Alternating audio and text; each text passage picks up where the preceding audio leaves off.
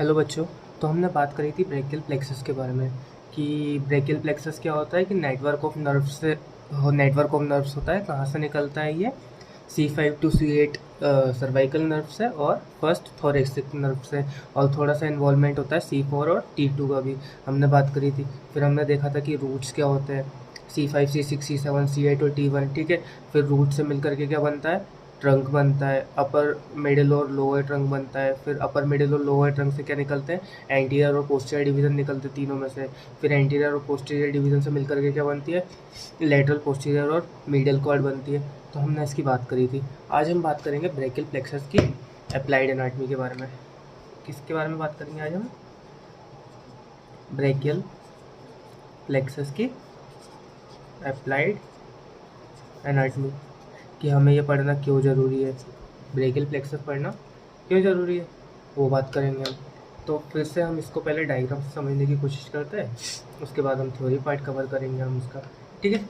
तो देखो, brachial plexus, ये रहा हमारा ब्रेकियल प्लेक्सस, ठीक है। तो अब हमने ये पढ़ा था कि जो इसकी अलग अलग इसमें से जो ब्रांचेस निकलती है नर्व्स, ठीक है, वो अलग अलग जगह पर सप्लाई करती है। बात क्लियर है? ठीक है। अब मान लो कि वो नर्व में अगर लीजन हो जाए, तो मान लो कि अगर नर्व में लीजन हो जाए तो क्या होगा? वो पार्ट अफेक्ट होगा और फिर हमारे मूवमेंट होने में प्रॉब्लम होगी, ठीक है। तो हम सबसे पहले समझते हैं कि कौन सा मूवमेंट कौन से हमारे सेगमेंट कंट्रोल करता है। तो फिर इसमें इससे पता पड़ जाएगा कि अगर इस पार्ट का लीजन है तो फिर कौन सा मूवमेंट हमारा अफेक्ट होगा, ठीक। तो हम पढ़ेंगे लीजन्स ऑफ ब्रेकियल प्लेक्सस। क्या पढ़ेंगे? लीजन्स ऑफ ब्रेकियल प्लेक्सस, ठीक है। तो हम लीजन्स ऑफ ब्रेकियल प्लेक्सस, हमें पता पड़ जाएगा कि ये पार्ट अगर ये वाला मूवमेंट करवा रहा है, तो अगर ये पार्ट अफेक्टेड है तो फिर वो वाला मूवमेंट होने में दिक्कत होगी, ठीक है। तो देखो, जो एडक्शन एबडक्शन एडक्शन आपने पढ़ा होगा, तो जो एडक्शन ऑफ शोल्डर है ना, वो कौन करवाता है? वो करवाता है C5 सेगमेंट। कौन कंट्रोल करता है adduction off shoulder? C5 segment. तो अगर C5 सेगमेंट में लीजन होगा तो हम एडक्शन ऑफ शोल्डर हो पाएगा क्या हमारा? नहीं हो पाएगा, ठीक है। अब जो एबडक्शन ऑफ शोल्डर करवाता है, क्या? एबडक्शन ऑफ शोल्डर, वो कौन कंट्रोल करता है? वो कंट्रोल करता है C6 एंड C7 सेगमेंट। तो अगर C6 और C7 सेगमेंट में लीजन होगा तो क्या नहीं हो पाएगा हमारा? एबडक्शन ऑफ शोल्डर नहीं हो पाएगा, ठीक है। उसके बाद हम देखते हैं फ्लेक्शन ऑफ एल्बो। क्या?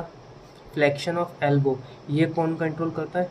इसको C5 and C6 segment control करता है। C5 and C6 segment control करता है। तो अगर C5 और C6 सेगमेंट में अगर लीजन होगा तो क्या नहीं हो पाएगा हमारा? फ्लेक्शन ऑफ एल्बो नहीं हो पाएगा।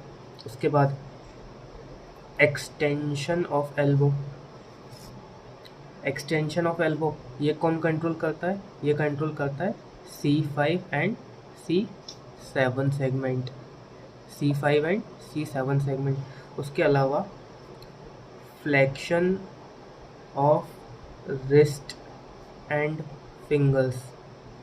Flexion of wrist and fingers, ये कौन कंट्रोल करता है हमारा? C8 and T1 segment control करता है। तो हमारा C8 और T1 सेगमेंट में अगर लीजन होगा तो क्या नहीं हो पाएगा पेशेंट का? फ्लेक्शन ऑफ रिस्ट और फिंगर नहीं हो पाएगा उसका फ्लेक्शन। समझ में आई? तो हमें पता पड़ गया कि अगर इन C5 सेगमेंट में अगर लीजन होगा तो एडक्शन ऑफ शोल्डर नहीं हो पाएगा। C6 C7 में सेगमेंट में अगर लीजन होगा तो एबडक्शन ऑफ शोल्डर नहीं हो पाएगा। C5 और C6 सेगमेंट में अगर लीजन होगा तो फ्लेक्शन ऑफ एल्बो नहीं हो पाएगा। C5 और C7 सेगमेंट में अगर लीजन होगा तो एक्सटेंशन ऑफ एल्बो नहीं हो पाएगा। और C8 और T1 सेगमेंट में अगर लीजन होगा तो फ्लेक्शन ऑफ रिस्ट और फिंगर्स नहीं हो पाएंगे। तो बात समझ में आ गई। हमने देख लिया लीजन ऑफ ब्रेकियल प्लेक्सस क्या होते हैं, ठीक है। अब हम देखेंगे कि अर्ब्स पैरालिसिस क्या होता है। क्या चीज़? अर्ब्स पैरालिसिस क्या होता है। अर्ब्स पैरालिसिस पढ़ने से पहले हमें पता होना चाहिए कि अर्ब्स पॉइंट क्या होता है। तो फिर से हम लोग डायग्राम पे आते हैं, ठीक है। ये हमारा डायग्राम है, ठीक है। हम देख रहे हैं कि यहाँ से C5 और C6 रूट निकल रही है। कहाँ पर? ये C5 और C6 रूट निकल रही है। C5 और C6 रूट मिलकर के क्या बनाती है हमारी, अपर ट्रंक बनाती है। फिर अपर ट्रंक में से एंटीरियर और पोस्टीरियर डिवीज़न निकलते हैं। बात समझ में आ गई। C5 C6 ने मिलकर के क्या बनाया, अपर ट्रंक बनाया, और अपर ट्रंक से एंटीरियर और पोस्टीरियर डिवीज़न निकले। ठीक है, तो दो नर्व सी हो गई C5 C6, दो नर्व सी हो गई एंटीरियर और पोस्टीरियर डिवीज़न वाली। ठीक है, और हमें पता है कि जो हमारी अपर ट्रंक है वहाँ से दो ब्रांचेस निकलती हैं। कौन कौन सी ब्रांचेस निकलती है, एक निकलती है सुप्रास्कैपुलर और एक निकलती है सबक्लेवियन, नर्व टू सबक्लेवियस। समझ में आया, कौन सी, सुप्रास्कैपुलर और सबक्लेवियन। ठीक है, तो ये वाला जो पॉइंट है ना, यहाँ पे 6 नर्व्स मीट कर रही है। क्या हो रहा है यहाँ पर, ये पॉइंट पर क्या हो रहा है, 6 नर्व्स मीट कर रही है। तो इसी पॉइंट को हम बोलते हैं अर्ब्स पॉइंट। बात समझ में आ गई। और मान लो कि यही अर्ब्स पॉइंट में अगर लीजन हो जाए तो हम क्या बोलेंगे कि पेशेंट को क्या हो गया, अर्ब्स पैरालिसिस। ठीक है, बात समझ में आ गई। अर्ब्स पॉइंट पर अगर लीजन हो जाता है तो क्या हो जाता है, अर्ब्स पैरालिसिस। समझ में आई बात। जो हमने डायग्राम बनाया था उससे समझने की कोशिश करते, देखो ये। ठीक है, C5 और C6 रूट है। ठीक है, इसने मिलकर के क्या बनाई, अपर ट्रंक बनाई है। ठीक है, अपर ट्रंक से फिर क्या निकला, एंटीरियर और ये एंटीरियर और पोस्टीरियर डिवीजन निकला। ठीक है, हमें पता है कि अपर ट्रंक से हमारी निकलती है दो नर्व, कौन कौन सी, सुप्रा स्केपुलर और सबक्लेवियन, नर्व टू सबक्लेवियस। समझ में आया। तो ये जो पॉइंट है ना हमारा, ये वाला पॉइंट, ठीक है, इस पॉइंट को हम क्या बोलेंगे, इस पॉइंट को हम बोलेंगे अर्ब्स पॉइंट। बात समझ में आ गई, अर्ब्स पॉइंट किसे बोलेंगे। ठीक है, अब हम पढ़ते हैं, थ्योरी पार्ट कवर करते हैं कि क्या क्या लिखना पड़ेगा हमको एग्ज़ाम में। ठीक है, तो अर्ब्स पॉइंट को ना हम अपर प्लेक्सस इंजरी भी बोलते हैं। क्या बोलते हैं, अपर प्लेक्सस इंजरी भी बोलते हैं। ठीक है, कैसे होता है ये, क्यों होता है ये होता है increase in angle between head and shoulder. जब हेड एंड शोल्डर के बीच में एंगल बढ़ जाता है, हेड एंड शोल्डर के बीच में जब एंगल बढ़ जाता है उस वजह से होता है। अभी हेड एंड शोल्डर के बीच में एंगल कैसे बढ़ सकता है, कैसे बढ़ सकता है, मान लो कि तुम गिर गए थे, तो तुम गिर गए, कहाँ से गिर सकते हो, फॉल फ्रॉम हाइट। अब कुछ हाइट से गिर गए, जैसे कि हॉर्स बैक से। ठीक है, हॉर्स बैक से तुम गिरे और लैंड किए किस पे, लैंड किए अपने, लैंड ऑन शोल्डर्स। अब तुम मान लो कुछ हाइट से गिरे और अपने शोल्डर्स पर लैंड कर गए, तो उससे अर्ब्स पैरालिसिस होने के चांसेस रहते हैं। क्यों, क्योंकि उससे अर्ब्स पॉइंट पर अफेक्ट पड़ता है। ठीक है, उसके अलावा, गिरने के अलावा और किसमें, बच्चों में हो सकता है, चाइल्ड। कब हो सकता है बच्चों में, ड्यूरिंग बर्थ के टाइम, बर्थ के टाइम पे चाइल्ड में हो सकता है। क्यों, क्योंकि उसका ट्रैक्शन ऑफ आर्म हो सकता है। ट्रैक्शन ऑफ आर्म कैसे हो सकता है, मान लो कि प्रेगनेंसी के टाइम, बच्चे की डिलीवरी के टाइम आर्म का ट्रैक्शन ज़्यादा हो गया, आर्म ज़्यादा खिंच गया, तो उससे अर्ब्स पैरालिसिस होने के चांसेस रहते हैं। ठीक है, बात समझ में आई। अब देखो इसमें होता क्या है, इसमें इन्वॉल्वमेंट होता है, किसका इन्वॉल्वमेंट होता है इसमें, C5 एंड C6 रूट्स का इन्वॉल्वमेंट होता है इसमें। ठीक है, कौन कौन इन्वॉल्व होता है इसमें, involvement of C5 and C6 root का इन्वॉल्वमेंट होता है। और जो पेशेंट, अब देखो पेशेंट कौन कौन से साइन शो करता है वो हम देखते हैं। पहले हम देख लेते हैं, डायग्राम से समझने की कोशिश करेंगे। ठीक है, अब देखो यहाँ पर एक पेशेंट है, एक बच्चा है। ठीक है, उसमें क्या हुआ है, अर्ब्स पैरालिसिस हुआ है। ठीक है, कैसे, क्यों हुआ है, क्योंकि उसका क्या हो गया, C5 एंड C6 जो नर्व रूट्स है वो हो गई हैं डैमेज। अब वो कैसे भी हो सकती है, हो सकता है ड्यूरिंग बर्थ के टाइम हो गया हो सकता है ये कुछ हाइट से गिर गया हो। ठीक है, पेशेंट क्या क्या शो करेगा, पेशेंट में क्या क्या दिखेगा। अब ये देखो इसका जो शोल्डर है वो फॉरवर्डली रोटेटेड है। ठीक है, दिख रहा है। उसका जो अपर आर्म है उसमें रेडनेस देखने को मिल रही है। और ये देखो, ये इसका हाथ दिख रहा है ना, ये इसको हम बोलते हैं वाटर टिप डिफॉर्मिटी, या फिर पुलिसमैन स्टिफ हैंड, या फिर वेटर स्टिफ हैंड।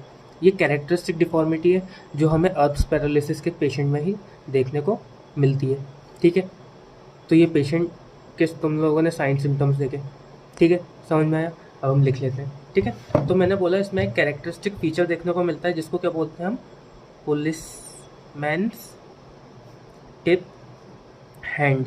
या फिर पॉटर्स टिप हैंड, या फिर एक और क्या बोल सकते हैं, policeman tip hand, potters tip hand और वेटर्स टिप हैंड। अब देखो ये अर्ब्स पैरालिसिस है ना, तुम्हारे इन तीनों नाम से भी आ सकता है, तो तुम्हें याद होना चाहिए कि अर्ब्स पैरालिसिस में ये सारी कैरेक्टरिस्टिक फीचर देखने को मिलते हैं। ठीक है, अब देखो पेशेंट में हमने देखा कि पेशेंट क्या क्या शो करेगा। ठीक है, तो अब हम देखते हैं कि पेशेंट के साइंस, पेशेंट के अंदर क्या क्या होगा। तो पेशेंट का जो आर्म रहेगा ना वो एडक्ट हो जाएगा। क्या हो जाएगा, उसके एडक्शन ऑफ आर्म हो जाएगा। ठीक है, एडक्शन ऑफ आर्म क्यों हो रहा है, क्योंकि पैरालिसिस हो गई है। किसकी पैरालिसिस हो गई है, कौन सी मसल की पैरालिसिस हो गई है जिससे एडक्शन ऑफ आर्म हो रहा है, तो हो रहा है डेल्टॉइड, डेल्टॉइड मसल की पैरालिसिस की वजह से पेशेंट का एडक्शन ऑफ आर्म हो गया है। दूसरी चीज़ मीडियल रोटेशन ऑफ आर्म हो जाएगा, मीडियल रोटेशन ऑफ आर्म। अभी हमने पेशेंट की पिक्चर देखी थी, उसमें देखा था मीडियल रोटेशन ऑफ आर्म हो गया था। अब मीडियल रोटेशन ऑफ आर्म कौन कौन सी मसल के इन्वॉल्वमेंट की वजह से हो सकता है, तो वो हो सकता है supraspinatus, infraspinatus and teres minor muscle में पैरालिसिस हो गई, इसकी वजह से उसका मीडियल रोटेशन ऑफ आर्म हो गया। पेशेंट में हमें एक्सटेंशन ऑफ एल्बो देखने को मिलेगा, उसका जो एल्बो रहेगा वो एक्सटेंड हो जाएगा। ठीक है, तो उसका एक्सटेंशन ऑफ एल्बो क्यों हो रहा है, किस मसल का इन्वॉल्वमेंट है, तो बाइसेप्स ब्रेकियाई का इन्वॉल्वमेंट है, इस वजह से उसका क्या हो गया, एक्सटेंशन ऑफ एल्बो हो गया। ठीक है, और एक और क्या चीज़ देखने को मिलेगी, तो फोर आर्म का प्रोनेशन देखने को मिलेगा। क्या देखने को मिलेगा, प्रोनेशन ऑफ फोर आर्म देखने को मिलेगा।